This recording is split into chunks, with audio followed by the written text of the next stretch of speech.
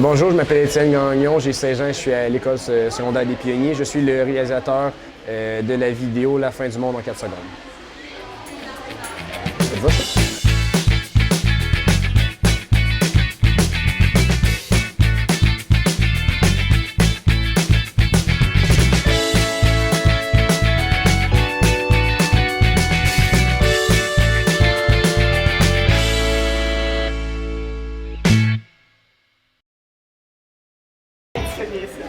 OK.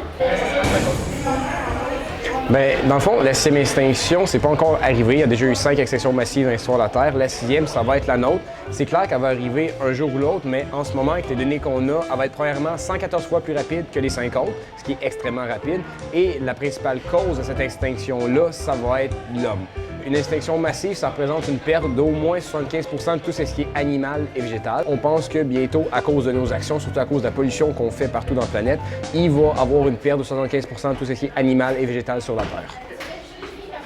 En gros, c'est ça, c'est l'extinction. J'ai toujours aimé en savoir plus sur l'environnement avant de prendre sur les catastrophes environnementales, pour ça. C'est toujours de quoi que j'ai aimé m'outrer de tout ça et me dire, ben voyons donc, il faut qu'on fasse de quoi pour ça. En secondaire 5, j'ai eu la chance de faire un projet que je voulais et donc je voulais justement parler d'une problématique environnementale, mais je ne savais pas exactement laquelle que je voulais parler en particulier. J'ai fait mes recherches et j'ai découvert la 6e extinction, donc c'est à partir de là que j'ai commencé, à partir de cette année, j'ai commencé à vraiment m'intéresser à la 6e extinction en particulier.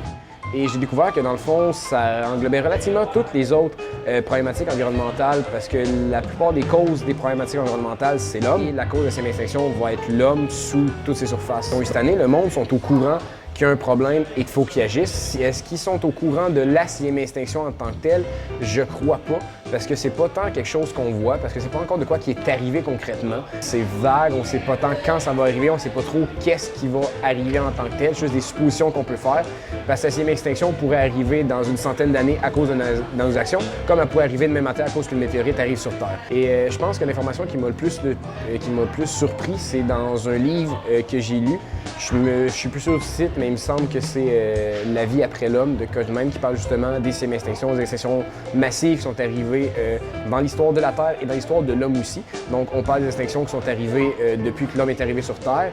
Et une des choses qui m'a le plus surpris, qui m'a le plus choqué, c'est d'apprendre qu'en Australie, il y a du monde qui ont brûlé des forêts au napalm, donc avec des explosifs lâchés par avion, et qui mettaient des pousses empoisonnées pour tuer les animaux, pour faire des plantations d'une seule espèce. La monoculture, ça sert à rien, ça fait juste briser le sol, ça apporte juste une chose, tandis que mettre plusieurs choses en même temps, des multicultures, ça apporte beaucoup plus de variété et beaucoup plus de résistance aussi aux plantes. Pour la 6e extinction, c'est clair que l'homme va mourir, parce qu'habituellement, qu'est-ce qui survit durant cette extinction massive? C'est les petits mammifères, et on ne rentre pas dans la catégorie des petits mammifères. Donc, si la 6e extinction arrive, c'est clair qu'on y pense.